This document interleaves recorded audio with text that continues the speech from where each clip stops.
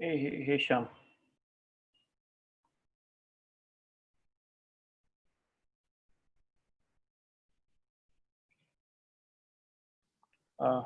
Hey, hi. Can you hear me? I can hear you well now. Hey, how are you? I'm good, Shyam. I'm good. Let's wait. All set, right? Yep. So can you can hear me okay, right? I can hear you okay. Pretty Perfect.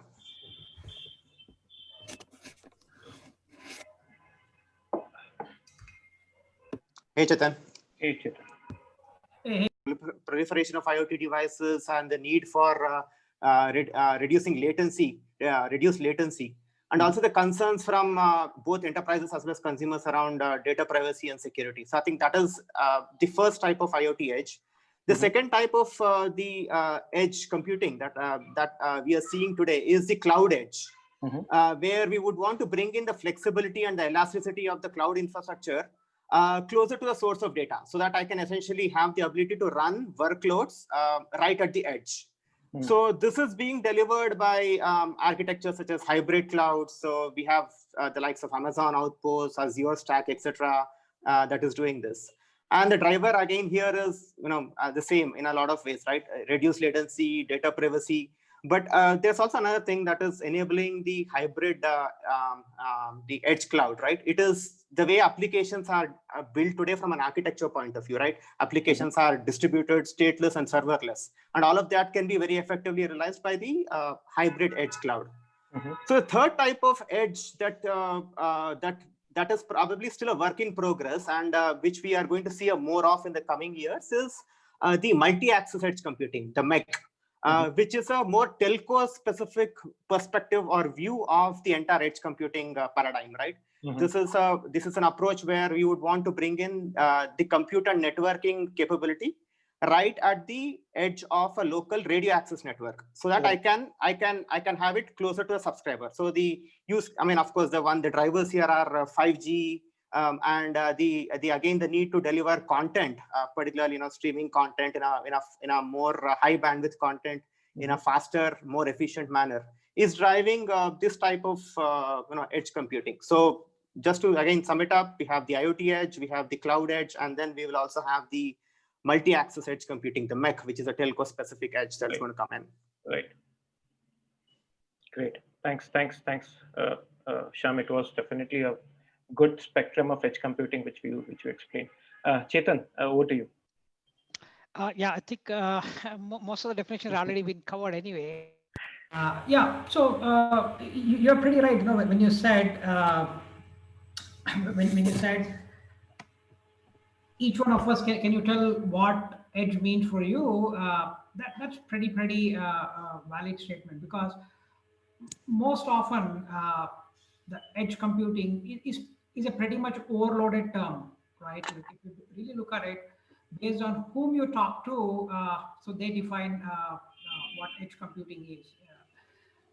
So pretty much very similar to what Shyam spoke about, and then I would sort of slightly give a small twist to that, so that you can actually treat it more like a hierarchical scenario. Starting from your co-located data centers, or your whatever Shyam calls it as hybrid cloud, rather than hybrid cloud, I would call it as an enterprise data center. A co-located data center is one extreme spectrum of that edge, wherein you would probably have a piece of the entire cloud sitting in your enterprise, so which gives you all the facilities of what we talk about edge. And from there, we come to what I would call it as a telco edge, and that's exactly what Shyam mentioned. So I don't want to explain that further. But now, from the hierarchy point of view, if you look at it, the co-located data center is quite big, quite complex. Compared to that, you come to the telco edge, which is comparatively lesser complex. From there, you come down in the hierarchy, come down in the spectrum. You get what we can call it as a cluster of devices, right? That's next in the hierarchy. A cluster of devices include, for example, things like a swarm of drones, or it could be an industrial IoT solutions with multi-node architecture with multiple storage units, all these kind of things. And from that, subsequently, further down in the spectrum, you would come down what Shyam really mentioned as a device edge, right? Where there are individual devices.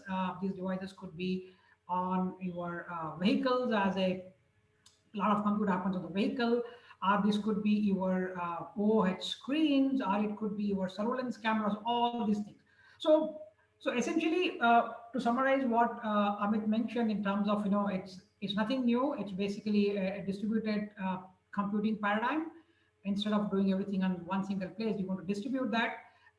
So this definition, whatever I told the hierarchy, is something what Linux Foundation also talks about in terms of providing a clean hierarchy and what you would want to run in each of the place.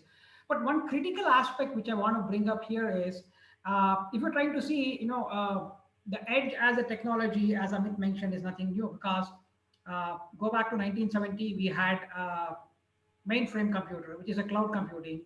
And from there in 1990s or 1980s, we started moving towards desktop computers, which is an edge computing. And from there, we moved back to cloud computing. Then again, we are moving back to edge computing. So that way, it's just a model that is flipping.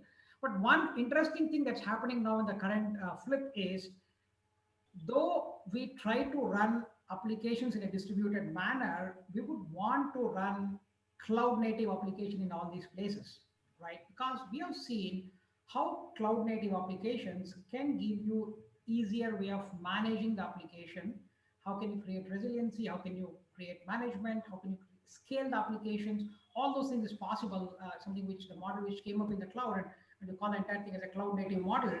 And people are trying to see, how can I get a same cloud native model into this distributed paradigm? So that's exactly what's the difference which we are seeing when we are moving from distributed to centralized architecture. We really move to edge. What we talk today, we talk about edge with cloud native applications. Makes sense. Great. Thanks, Chetan. It was definitely insightful and explaining what Amit and Shyam said. So now, is it safe to say that the key drivers of edge computing is, again, reduction in latency? People want to reduce the latency, have real-time results, then B, data security, and C, data volumes, so high data volumes. So which one, Amit, do you think is the key driver in India? Connectivity, I would call it, because we know very well India, even though we are the highest consumer of data per capita, right, in the world, but you still cannot have guaranteed data. We don't have that still, right? It's very tricky. There are pretty much all digital challenges that you feel, but see, there's no one size fit all. There's nothing like I can say that this is the one. But if you go into tier 3, tier 4 organizations, specifically in the remote locations, connectivity is definitely a big challenge. Sure. But when you come closer, let's say to metros and everything, then in that case, latency becomes a challenge, no doubt about it. Because what's the content that you're trying to move? Like what Chetan said and what Shyam also said, it's all about moving cloud native applications across from one end to the other end, or maybe make it superfluous, right? So if you are doing it in that way, you will have to ensure that you make that choice of what can be kept where and how much can you afford the latency for, and how much can you afford to pay for the movement of data itself, right? Because some cases, like I'll quote certain examples here, not every case requires a compute node right at the sensor. No, it's not. Like a typical example would be energy meters, right? Or water meters for that matter, water flow meters that are there.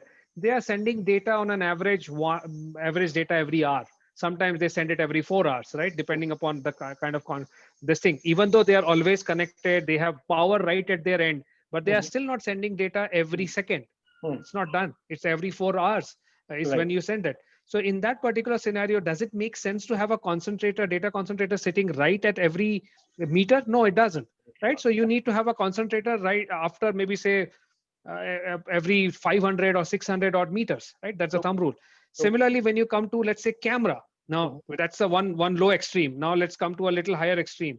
One decent HD camera is anywhere between 4 to 5 megabits per second. Can I afford to stream 4 to 5 megabits per second per camera all the time? No, it's just not possible, right? It's just too complicated. The bandwidth is too high. The cost is just too high. Now, in that scenario, having something which will filter out the unnecessary data with the right data, that is more important in that scenario, right? So there's no one size fit all, but I would say if you look at the context, in cities, latency is a challenge, while when you go into villages as well as towns, then connectivity is definitely a challenge. That's how I look at it. Makes sense. I think you rightly pointed out what is missing in India. So true, very true. And in the example of why in a vision space or a camera space, you need definitely a device sitting on the edge itself is also a very good example. So now with this, I would like to ask Chetan. Chetan, what are the different use cases and applications which you have experienced in India for edge computing, and how are they driving it? What's happening there?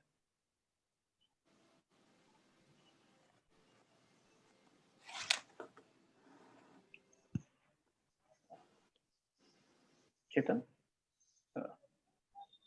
you're muted. Oh, sorry. Thanks for that. Okay, yeah. So though I would like to probably talk in terms of applications that are actually being seen in India, it's predominantly. I mean, if you really look at it, like most of the Indian companies do work for the global workforce. So there are a lot of things do happen in India, which is probably used and deployed across the world as well. So now. One of the classic use case which I have seen, I think something which we have been discussing all along, is basically the video analytics or computer vision, right? I mean, we have seen use cases wherein computer vision being used in manufacturing. We have seen use cases computer vision being used in retail. Retail is one big applications for the computer vision, and we have seen computer vision being used in immersive immersive experience media like AR, VR applications, all these cases. And this is one of the classic example where you would say, okay, as we have been talking, that you cannot push the data to the cloud. One is the volume is a big challenge here when we're talking about surveillance, whereas when we are talking about manufacturing, when you're talking about immersive experience, it's a latency that's a big challenge. Nobody want to have anywhere close to 100 milliseconds latency. If you want to have an augmented reality service, ideally, if you want to have an augmented reality service, you should probably be looking at less than 10 milliseconds latency. And that's something which is not possible at all if you don't have a local compute, right? So this is one class of applications which we have encountered through couple of our customers, or through couple of discussions which we had. And another set of use cases which we have also encountered is the compute being done on the devices which are actually mobile. Things like, for example, your actual electric vehicles. It could be your e-bikes or smart cars, that are any of the mobile devices where we do a lot of compute on the move, as well as we have seen compute being done on mobile devices, which probably does a lot of out of home advertisement screens. That's another class of applications which we have seen. Again, there latency becomes a very big stuff because especially when you're talking about vehicles, we're not talking about data at all here. It's completely the latency that's actually taking action. You cannot apply brakes talking to the cloud, right? I mean, so that's pretty obvious stuff there. And as well as on the out of home media services, probably the volume becomes a bigger challenge there. When I say volume, it's basically the amount of data which you want to push for your out of home video services, which is actually mobile devices. That's another class which we have seen.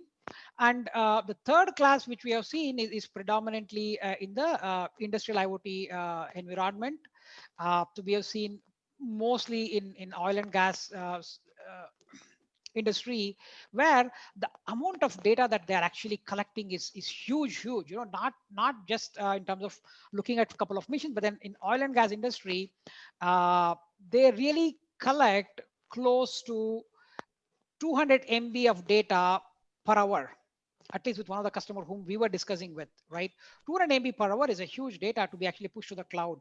So interesting enough, these oil and gas industries were already running their applications on the edge. They were not, when we go talk to them as an edge, they say, this is what we are doing. But main thing that's actually happening there in this particular use case is moving away from a standard embedded system to a cloud native infrastructure, which is programmable and flexible. That's the thing which they are doing right now. Rather than looking at a standard inflexible or probably a very static device which does a job, they're looking at get a general purpose processor sitting over there and create an environment to run your applications and make it very flexible and agile. That's a kind of use cases which we have been seeing. That's pretty good insight. Thank you, Chetan. Thank you for those use cases. And now, so it definitely opens up the mind. Again, Shyam, what are your views on these drivers, which Amit spoke about predominantly in India, and again, the use cases which are being driven by these drivers as well in edge computing? Absolutely.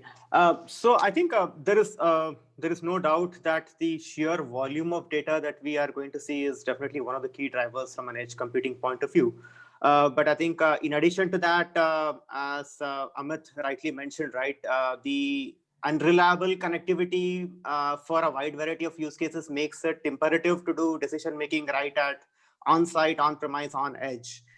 So I think that's key. And then of course the data volume is always there. I think it's estimated that over the next 6 to 8 years, 75% of an enterprise data shall be generated, stored and processed at the edge, right, outside of a typical data center or a cloud.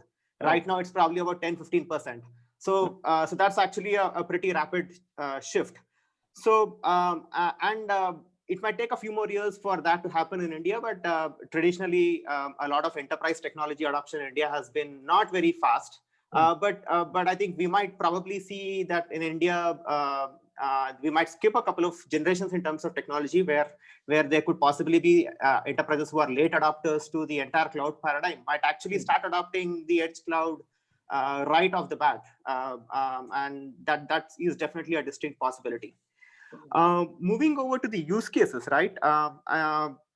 I think Amit and Chetan covered a lot of the use cases that I'm seeing as well, both in the context of India and outside India too. Right. Manufacturing is a classic example where we have been seeing use cases related to edge-based machine learning and AI capabilities being leveraged for predictive maintenance or failure detection or anomaly detection kind of a scenario. For example, there is a steel plant that here in India, a pretty large steel plant in India that is using intelligent thermal imaging and AI cameras to monitor external temperatures and cracks in steel furnaces, so that these can be detected upfront before it actually happens, and furnace shutdowns or unplanned maintenance can be avoided. Right. And on the enterprise side, I'm also seeing use cases again where there is increasing for example, a startup in Pune is offering a cost-effective touchless alternative to traditional fingerprint-based biometrics and replacing them with facial recognition for attendance and access control use cases. So instead of a fingerprint biometric device, you have essentially an edge device with a camera, sensors, and onboard compute, which can do face recognition right on the device itself, so that no data is being sent to the cloud. So there are no issues with respect to either privacy or data security. And on the consumer side, I think another interesting use case that I have been briefly involved in is with a startup that's developing a companion robot for kids between the ages of 5 and 10, which has the ability to converse in about 10 plus Indian languages. Right. So the NLP and the conversational intelligence is built right into the device. This is again a classic case where, as opposed to the Alexas of the world, where a lot of the NLP and the conversational intelligence is on the cloud. Here it's right on the edge. So it's a perfect use case from an edge compute point of view. Yeah, and we also spoke about retail. I think I've been seeing a lot of retail use cases for enhancing consumer experience, personalized shopping experience. I'm also seeing automotive use cases. Automotive is probably one of the areas which has been leveraging these kind of capabilities and technology for a long time, actually over the last decade or so. And there have been applications for fleet telematics, driver identification, driver distraction, and so on and so forth on the automotive front, which are probably very prevalent and widely used today. Absolutely. Both in the context of India as well as elsewhere. Makes sense. I think pretty valid use cases. Yes, yes. I can, since I talk to many of these companies, I can very much relate to what you spoke about. In fact, as far as I remember, Amazon already has this device which has this camera and the computing unit already built in. It's very similar to Alexa, but predominantly for edge computing using Greengrass. Uh, deploying vision applications on this device. So I've Right. seen that device on the store itself. So yeah, cool. So now moving to the market size. Amit, what is the overall market size for edge computing hardware? And if you can relate it to India or globally, that would be great. And what would be the focus area of Intel here? Sure. So actually, Shyam, the company that you were talking about, I believe is Miko, right? Miko, yeah. Miko robot, which is it's a pretty neat one, no doubt about it, based out of IIT Bombay. Now, Siddharth, to your point, the overall IoT market in India is approximately $15 billion, right? Oh. Just for industrial specific is around $5 billion. Now, this particular one have to be divided. Whenever you look at the size of the market, you have to think about three major components on any IoT deployment for that matter, right? One is the cost of the hardware itself. Then you have the cost of applications. And then you have one more small aspect, or rather quite a big aspect, which is professional services, integrators who are required. None of the IoT solutions are right out of the box, right? Maybe there are some components which are right off the box, but not the whole complete solution. There's always a little bit of tinkering that is required before it is actually being deployed, right? So professional services or system integrators play a very key role. So if I do a thumb rule, 30% of that particular TAM is hardware, remaining is software, right? So that means you already understand that software brings a huge chunk of a IoT deployment revenue, right? Whether it is recurring, whether it is one time, all of that, I would say the hardware, software demands a lot more than what hardware has to provide. Correct. And unfortunately, hardware is just one time. So having said that, I would say innovative use cases bring out value to the customer by upgrades and software upgrades. You have a business for the next 7 years. Otherwise, you will just have one hardware for the next 7 years. And what would be the focus area where Intel is moving towards solving these use cases? So we are a silicon company at the end of the day, right? So obviously our money is from silicon, sales of silicon. I'm not going to put any sugar on that particular line. Now, what we are trying to do essentially is to be a bit more data-centric organization. So when you say data-centric, it essentially means how do we acquire data really, really well? How do we process data really well? We transport data, we store data, and then obviously we analyze data, right? So these are the 5 aspects that we as Intel are trying to focus on and create solutions on top of it. I don't want to say that we are the market leaders in everything, but definitely in case of edge computing, we have a good standhold. On the training tools is something that we are trying to work it out and create that with one API. So I would say somewhere work in progress, somewhere a good handhold on things that we are trying to do. Got it. Awesome. That makes sense. Yeah, totally makes sense. Now with this, Shyam, can you share your views on these software platforms? As Amit mentioned about the hardware, what are your views on the software platforms and their adoptability in India and predominantly in edge computing? Sure.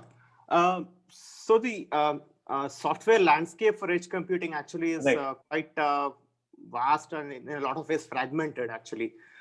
So if you look at the entire, if you look at an architecture view of the software, right from the hardware to the cloud, right at the bottom, we have these traditional, you could call it real-time OS platforms like FreeRTOS, etc., which have been used for a long time, right? Both in Indian context and even elsewhere. But then there are these newfangled IoT specific or edge specific OS platforms that are also emerging, the likes of Zephyr, for example. Right. But from a development or a programming point of view, I think Python and C is anyway the most commonly used platform for these kind of applications. But moving up the software stack, right? There are these middleware, or what I call the integration frameworks. Some examples could be the EdgeX Foundry. Others could be the the Eclipse Cura, Eclipse Cura, or the Node-RED, Flogo. These are all, I think, are essentially the integration frameworks. And Node-RED probably is the most widely used amongst the lot. And EdgeX Foundry is probably getting a lot of traction for industrial use cases, particularly. And I think there's a big consortium that's driving this. So there's reasonable adoption globally. And I think have, in fact, got into a couple of discussions in the recent months, where enterprises are looking at probably leveraging these kind of platforms for industrial deployments in India. Right. And then moving on, above this, we have the edge cloud sort of enablement platforms, right? The likes of AWS Greengrass, Azure Edge, etc., that can essentially extend the cloud capability right to the edge local devices.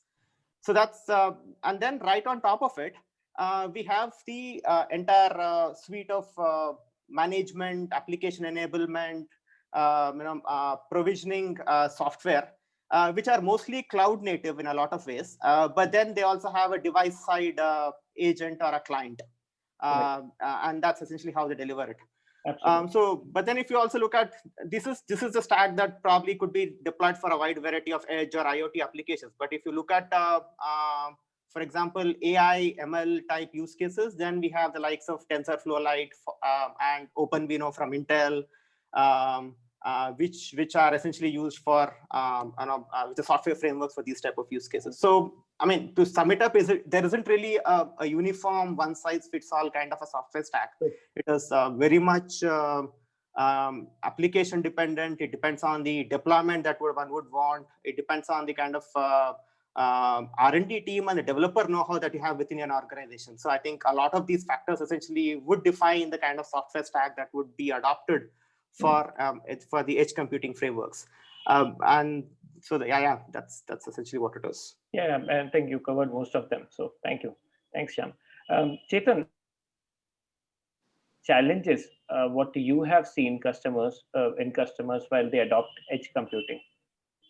What are the challenges which they see and how do they overcome with them? Sure.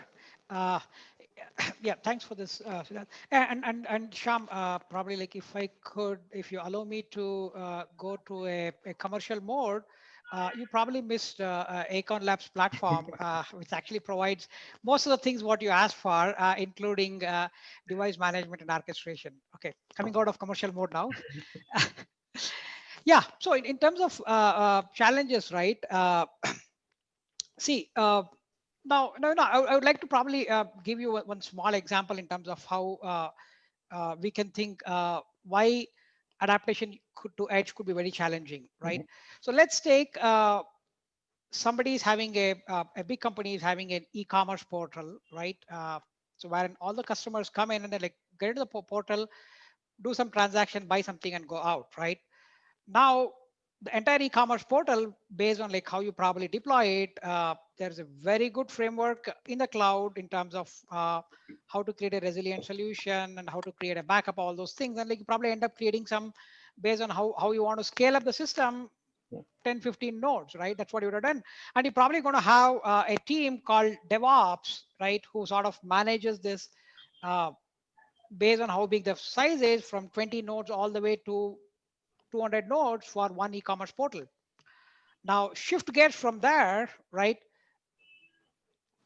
We are going to go from this e-commerce portal, which is completely virtual, to a combination of brick and mortar plus e-commerce kind of scenario.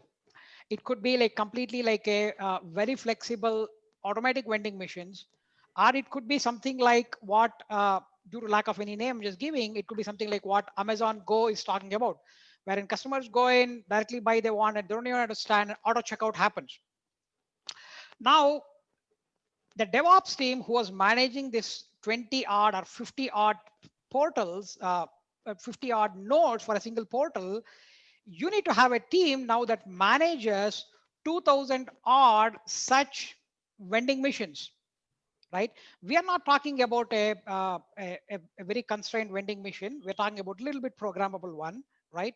Now somebody needs to manage this 2000 vending machine, probably in one state. And if you're talking about a big chain, if we're talking about a big country, we might be looking in terms of hundreds of thousands of these vending machines, right?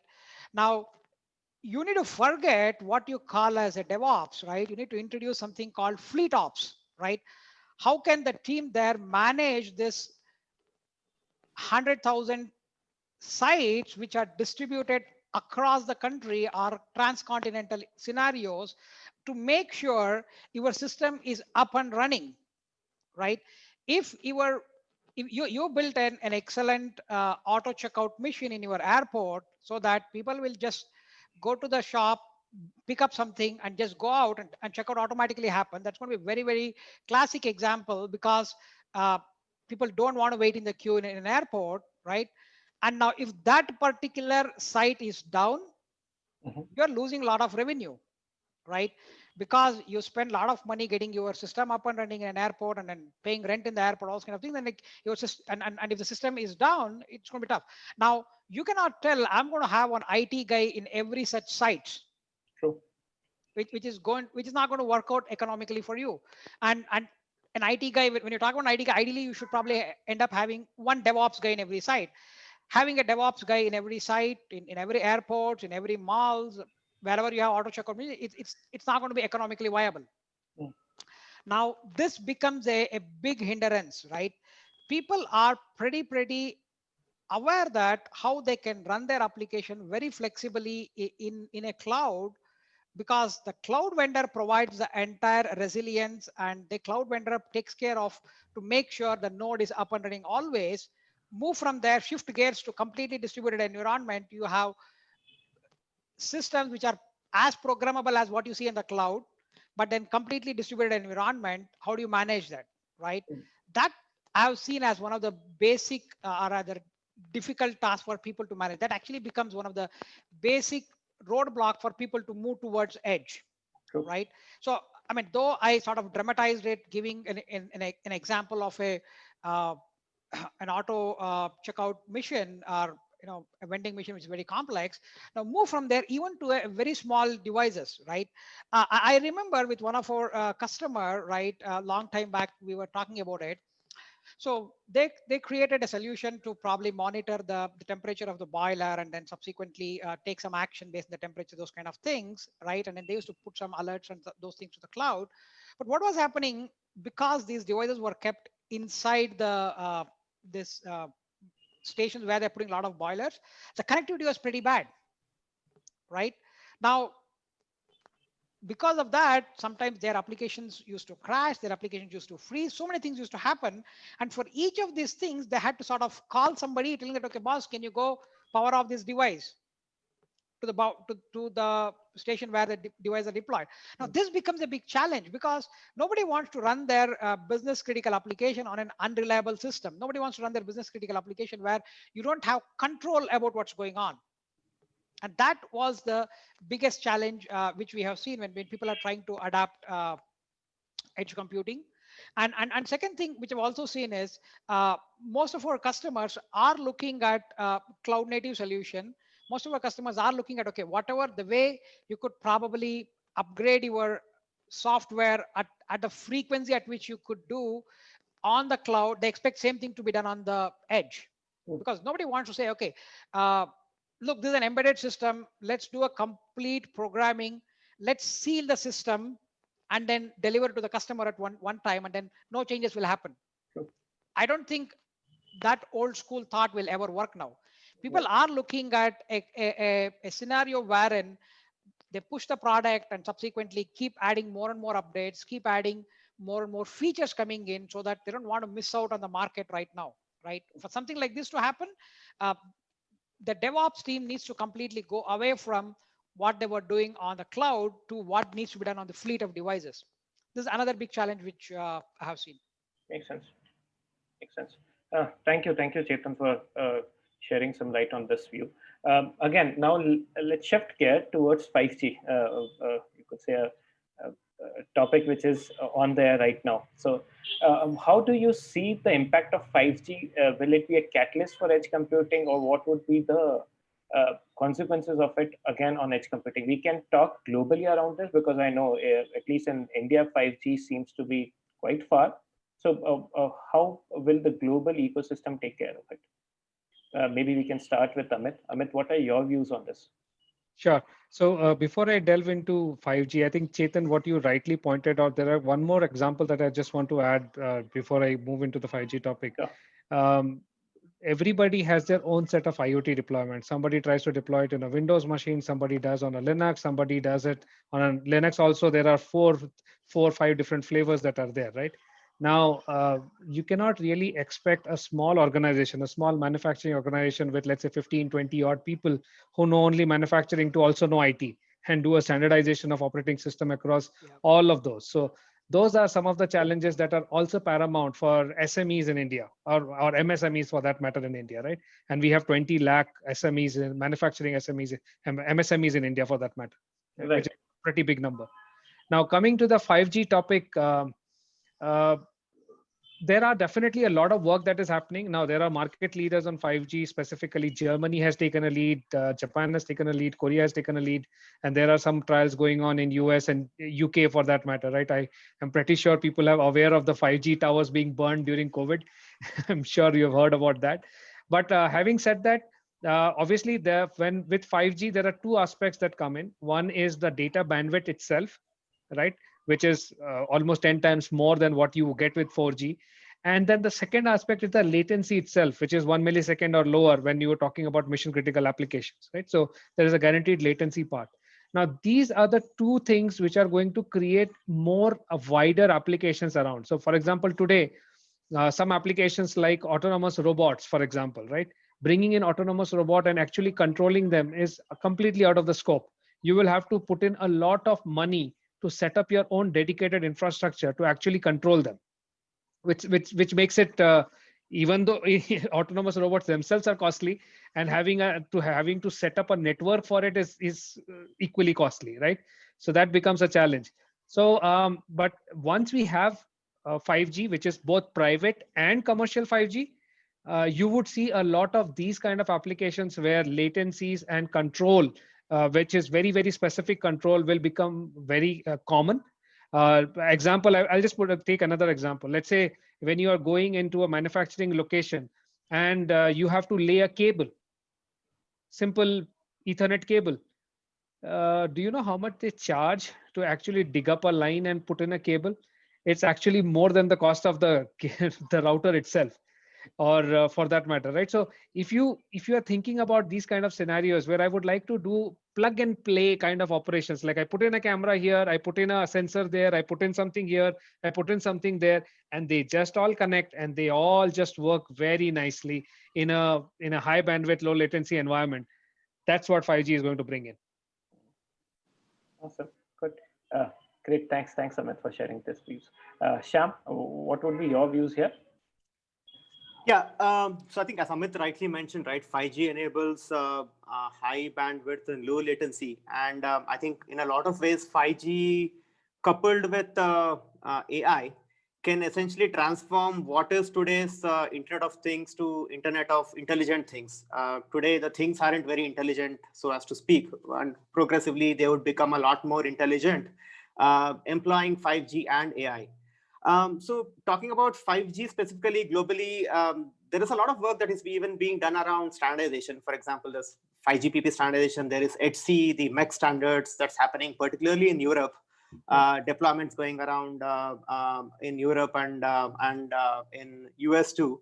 And interestingly, there is also a breed of semiconductor companies that are trying to essentially look at the convergence of 5G and AI into a single chip solution. So that's again a very powerful value proposition where you are not just providing the connectivity networking, but then you're also providing the compute intelligence right on a single chip. So I think that is again an interesting way to how the whole industry would essentially get transformed as and when these technologies gets converged.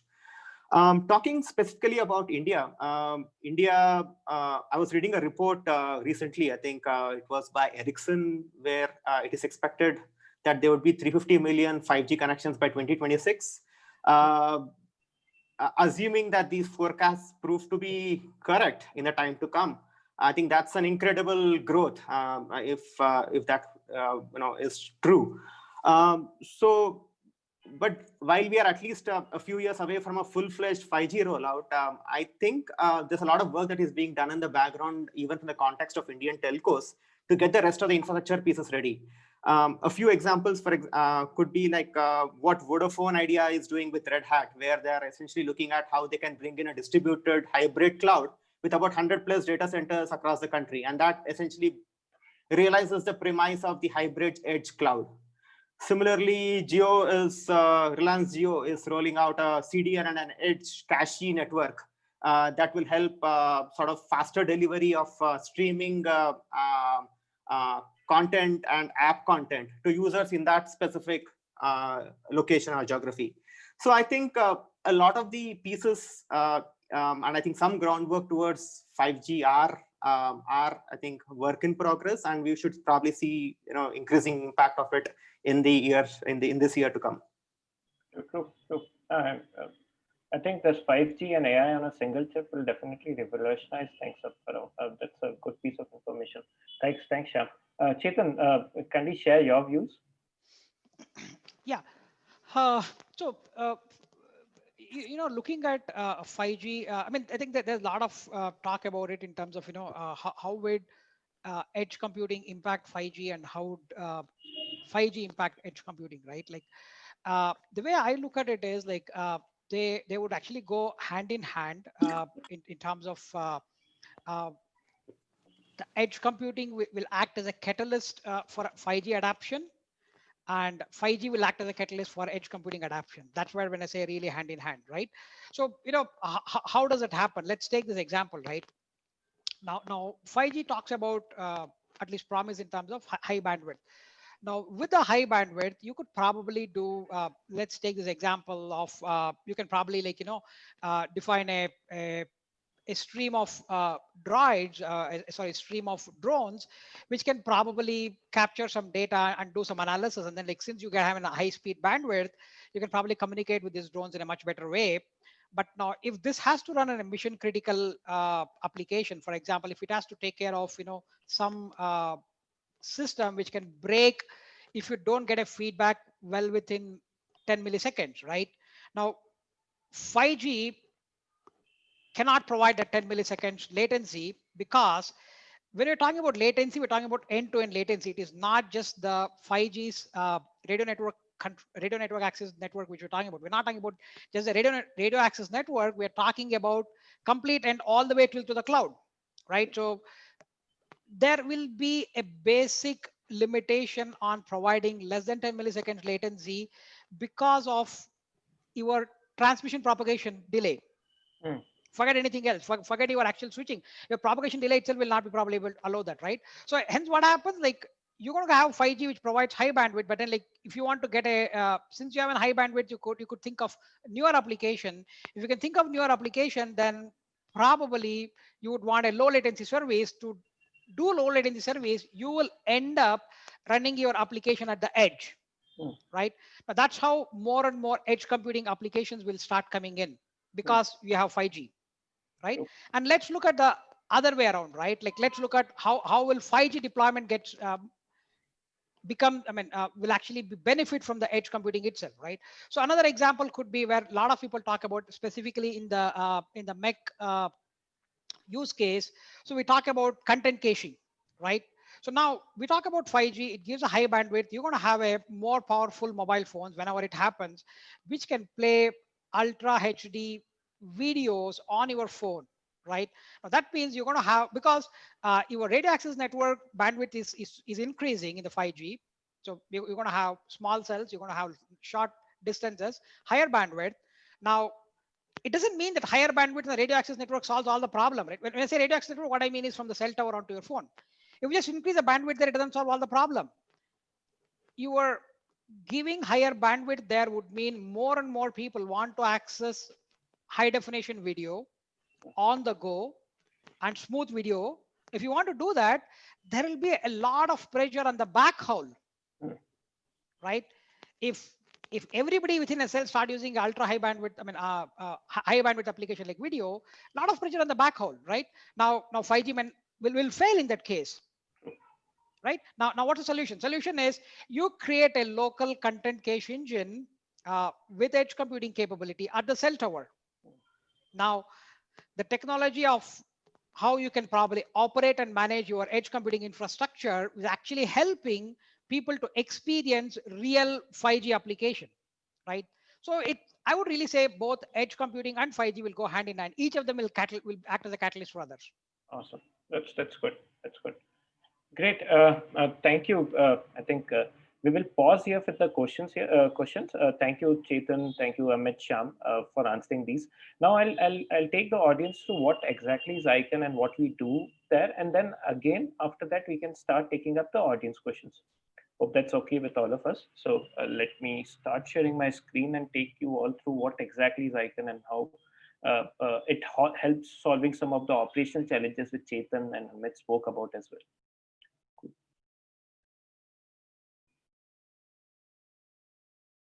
I hope you all can see my screen. Yes. Awesome. Yep. Yes. So, yeah.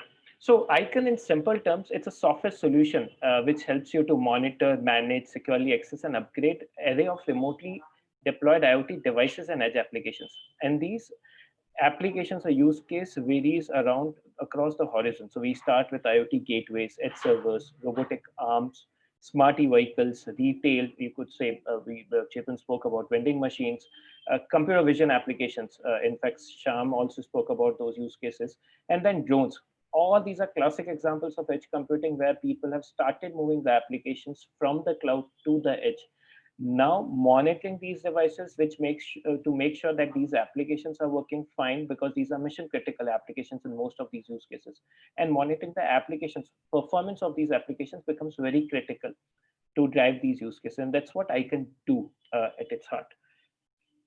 Now talking about all these use cases, right, what do you see is most of them. So in fact, if you see here, right, uh, the unique part of these applications or use cases are hardware, the hardware which is unique, and the applications which are unique. So in computer vision use case, doing a face detection or mask detection would be an application. If you are doing about mobility, right, uh, uh, doing a tire pressure in a smart connected vehicle, tire pressure monitoring, or maybe navigation applications are unique. But what is common across all these use cases is once deployed on field, everyone has to make sure that privacy and security is guaranteed. Privacy and security of the data and the devices both are guaranteed.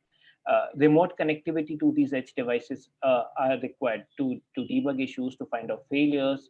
Then you have to do monitoring of the devices, applications, and the network altogether. And then at the end, upgrades are very much required, because the most of these use cases which we spoke about are driven by software. So you need to make sure that your upgrades or the applications are being completely upgraded and are doing well.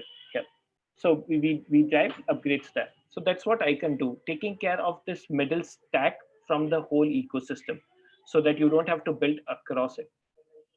Now, what does it mean for a DevOps engineer, right? If you see here, right, once you deploy hundreds and thousands of these edge computing devices on field, a DevOps engineer have to do a new deployments. You have to make sure that the new deployments are taken care of. They have to monitor these devices and deployments. You have to operate, maybe start and stop these things, diagnose and debug in case of issues, and then at the end create reports of what's working, what's not working for the whole ecosystem, right? And what ICON helps here is to do each and every aspect, or take care of each and every aspect of these the things which a DevOps require. Helps him to do a complete firmware upgrades, monitoring of devices, applications as I spoke, doing container deployment, securely accessing these devices, making sure that the applications are monitored, and then create reports analysis at that. Now, taking an example of how exactly it's done. So I'll take the classic example of edge computing, which I think Amit, Shyam, and Chetan all three of spoke about, right? Computer vision, machine vision, where you have cameras connected to an LPO, or these could be merged as well. The camera itself can have a computing engine altogether sitting in itself, connected to a cloud, right? The whole analysis is being done by this LPO. Now, take a scenario where you have hundreds and thousands of these LPUs placed, maybe to do a number plate detection, or at the toll booth to do face detection, or again the number plate detection itself. Now, how do Icon help? Is we deploy our software agents. As I said, it's a software solution. We deploy our software agents, which can be deployed on any Linux or Android running device. And once these software agents are deployed, the companies or the enterprises from the cloud can monitor hundreds and thousands of these edge devices from the cloud. And when I say monitor, not only monitor the compute, the LPUs, but also the cameras, also the networks, everything from the cloud. We'll quickly take you to the demo as well. It should not take much time. Just 1 moment. Yes. So if you see here, right, this is how it looks like. Once the agents, the software agents are deployed on these devices, you can find out very easily how many are up, how many are connected, not connected. So agents are deployed on 8 devices, 4 are connected, 4 are disconnected. The device profiles. So you can virtually profile these devices. Could be Bangalore devices, could be Chennai, could be anywhere else. So you can, based on the applications. And as I said, right, customers can deploy their own applications. So these are the applications, 6 applications are being deployed by the customers. Going inside the device, as I mentioned, you can securely access these devices. So you could see here, you can see which one are up, down. You can remotely connect to these devices by just a single click, wherever they are, right? I can connect to them. You can label them, these devices, find out, so if you wish to upgrade all your devices which are in Bangalore and running a specific version of the application, you can just use these tags to do that. Inside the device, complete information, details of the device interfaces are being shown to the customer. They can execute command remotely. They can execute any other command or scripts as well remotely to n number of these devices. You can find out the health of these devices or check out when were they up, down. So as you could see here, right, today is 2nd of December and each brick is 1 hour here. The device is 100% up. On 20th of November, the device went down between 12 a.m. to 1 a.m. Now, definitely, when you're talking about hundreds or a volume, what Chetan spoke about fleet ops, right? You want to know why exactly this went down by not digging into the logs, but the system itself should tell you. So that's what our system does. On 20th of November, what exactly happened? As you could see here, there are lots of system errors which are being thrown out by the system, and that makes the reachability to be 0. The device was 100% up, networks was also good. It was a system issue, right? That made it happen. So that's one thing. Then talking about the logs, you have complete logs of your systems, whether you can add your logs, and once the logs are added, the system will monitor up these logs for warnings, the errors, and then show you what exactly is going on either in your applications or on the whole systems. Then you can easily monitor the applications now, which is the heart of your edge computing, right? If the applications which are mission critical are not working properly or are not behaving as per the SLAs defined by the customers, then definitely there are problems and you need to look into it and fix them. That's what we do as well here. So you're doing a complete process monitoring. What are the applications which are deployed? You can restart and stop, then check out the resource which they are consuming. All of them from a single plane is what we do. And then at the end, you can definitely create reports, as I mentioned, again, very interesting thing, doing a deployment, specifically container deployments, again, in edge computing or at least in vision space, computer vision or machine vision space. What we have seen that usually people containerize these applications before deploying it onto edge devices to make them, again, A, secure, and B, to monitor them closely. So a containered application can definitely be monitored, and there are various actions which can also be taken care of. So to do that, right, you just need to create an application, give us a Docker Compose file.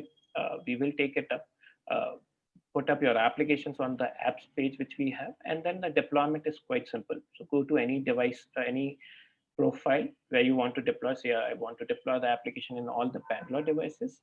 Click on the application which you recently created, and then the application will be subsequently deployed.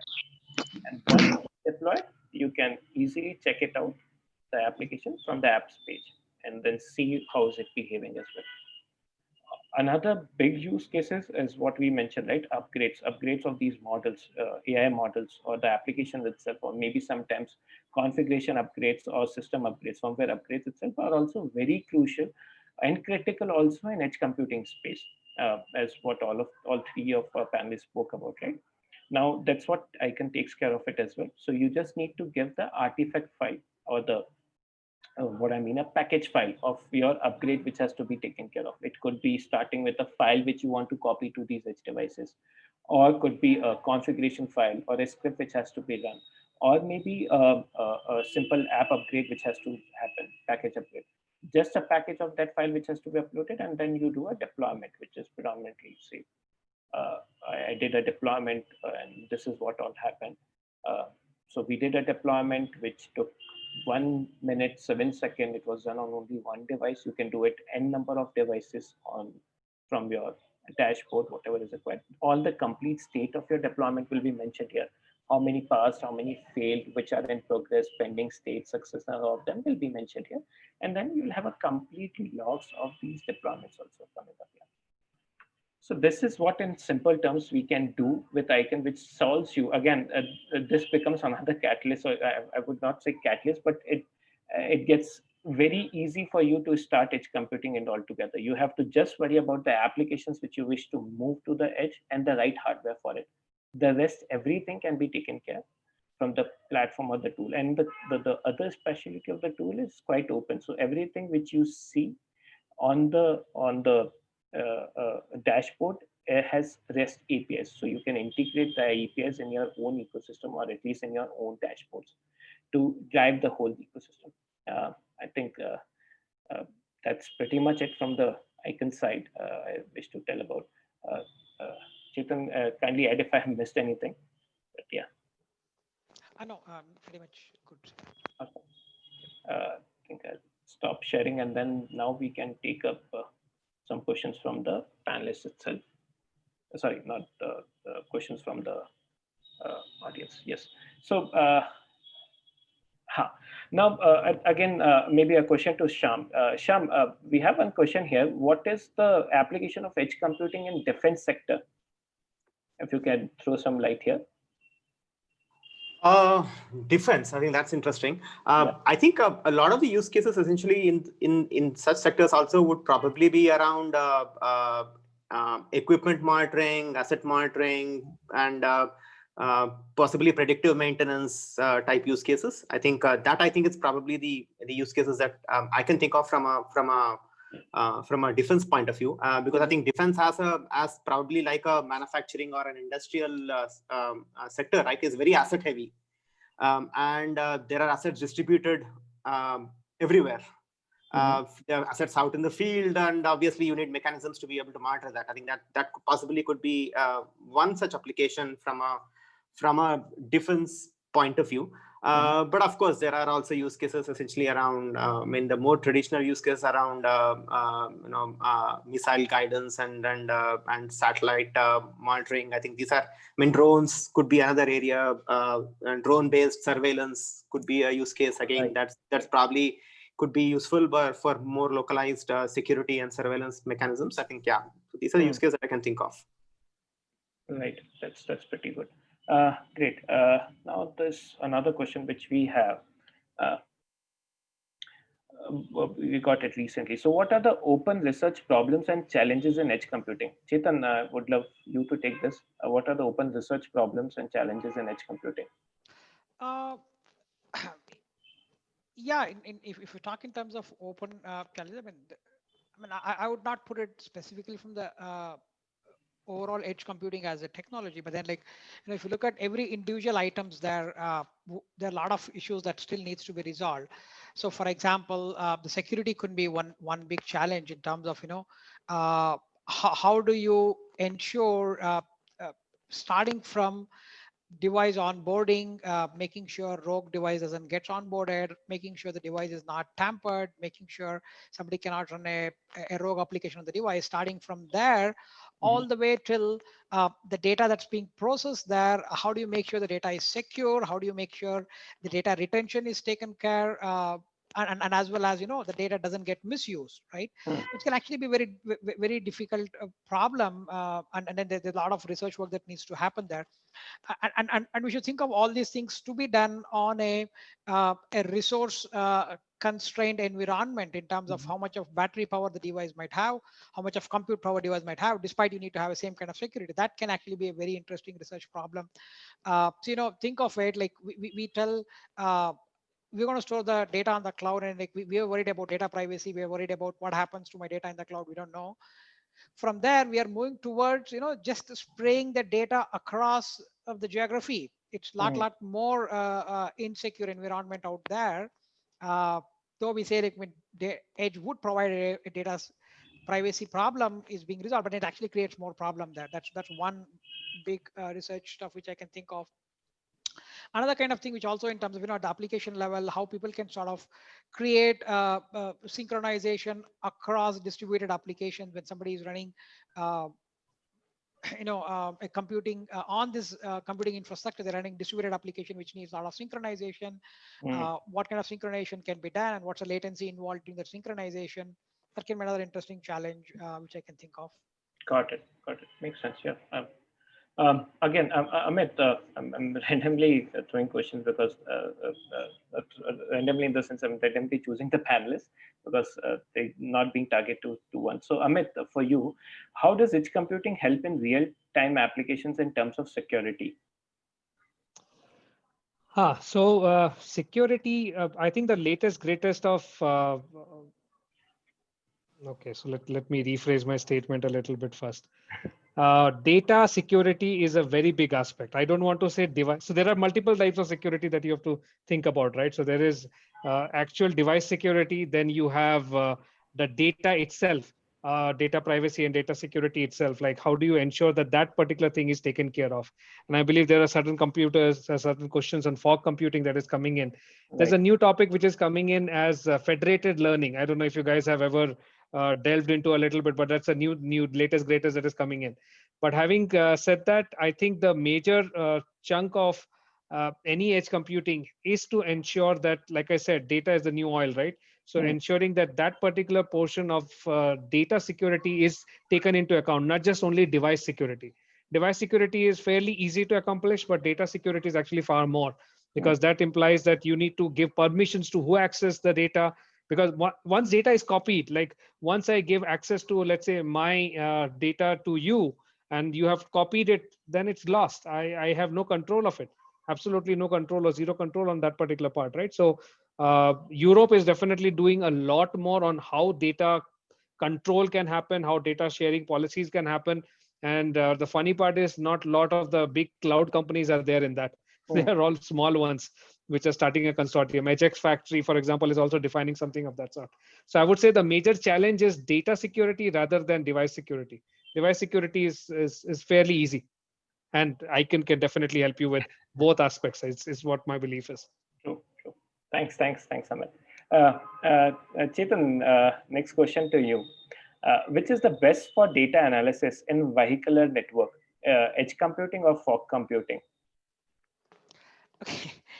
Okay. So in fact, even when we started like a couple of years back, there are a lot of questions about edge computing and fog computing. What is edge computing? What is fog computing?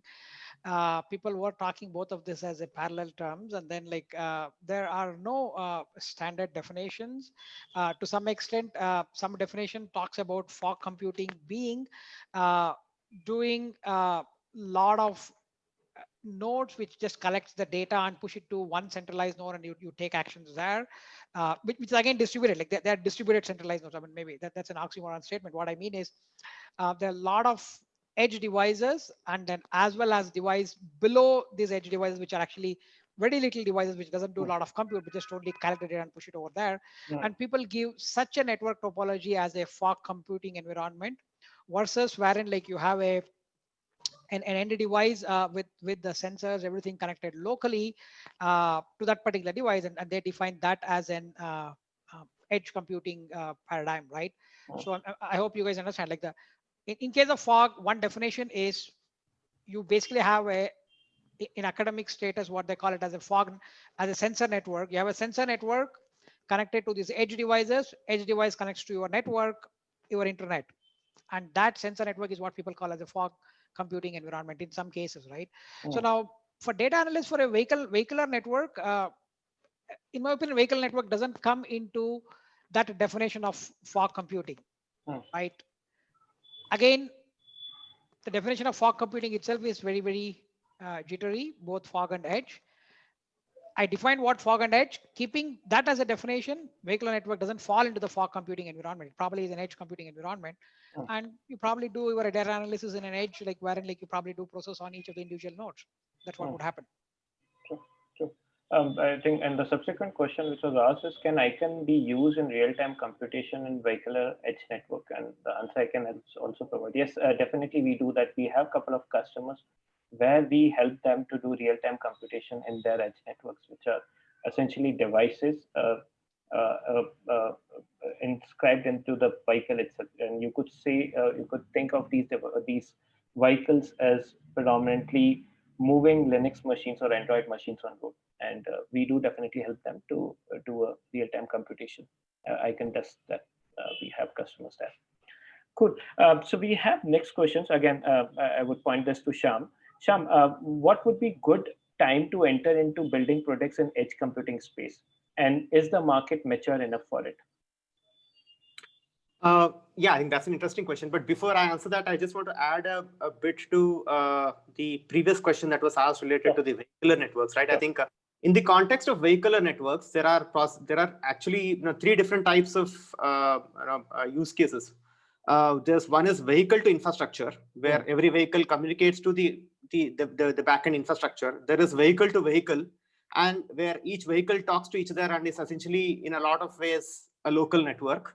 And there is vehicle to pedestrian. I think these are the three types of use cases that are essentially under the gamut of vehicular networks, or V2X as it is known today. And I think, as Chetan rightly mentioned, I think a lot of these fall under the paradigm of edge computing and not necessarily fog computing. And the technologies and the frameworks related to that probably are best applicable to the vehicular networks. Now, coming to the other question with respect to the whether it's a good time to build products, the short answer is yes. But just as any other startup or any other new concept or an idea, it is extremely important to have the right vertical solution or the right target market for one to focus on. I think as long as this is clear and the product market fit is ensured, it's always a good time to build a product in any space, and particularly edge computing space. It's an up and coming field. There are a lot of companies and startups that are approaching this from all directions, and for somebody who's just coming in, it might appear a little confusing and even fragmented.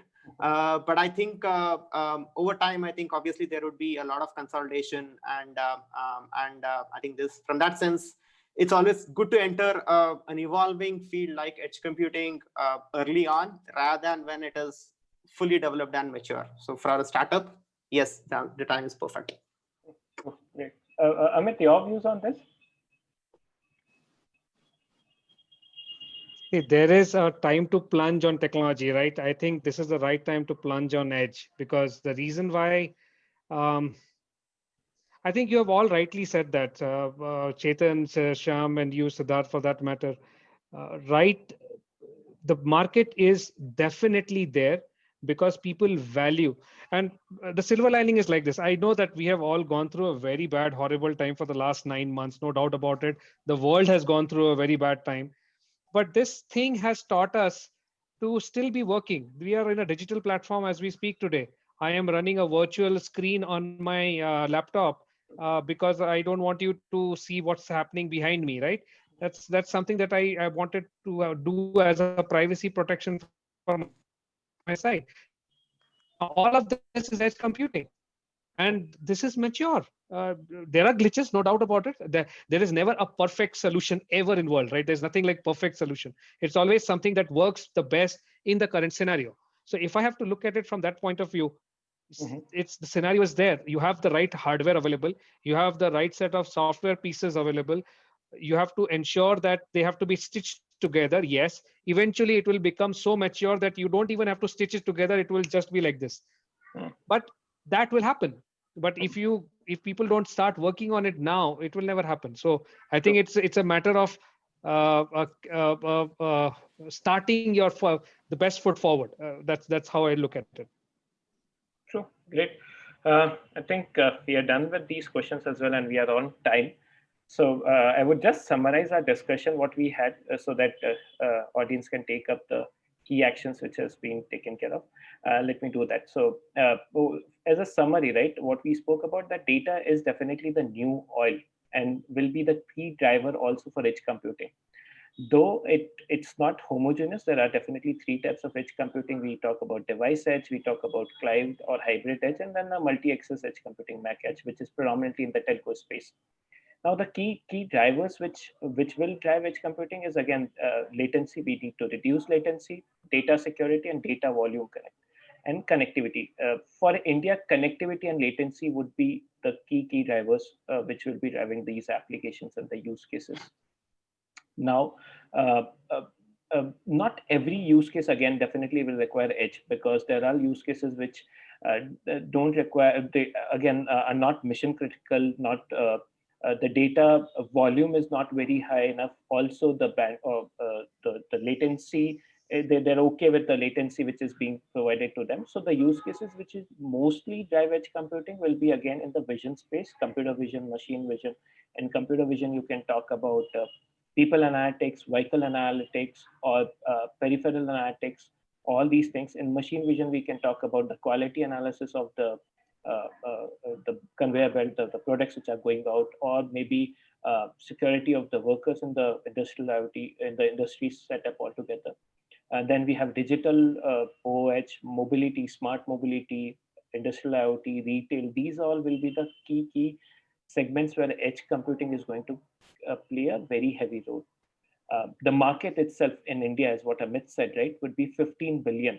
And the hardware would only be 30%. The rest would be software. So definitely there is a lot scope in software, both in terms of applications and the tools supporting those applications in this space. From the software side, right, we have tools like AWS, Greengrass, Node-RED, and then management and orchestration tools like what ICON provides will play a key roles. What are the challenges? So challenges here, again, for edge computing or the adoption of edge computing will be, again, as Amit mentioned first, that will be a multi-vendor ecosystem. You'll have hardware from different vendors. You'll have network from a different vendor. How do you again make sure that every bits and pieces is giving you a right set of data for you to manage it? What Chetan mentioned, fleet operations for scale, complete control of the whole ecosystem is what will be required, and is missing in the complete system.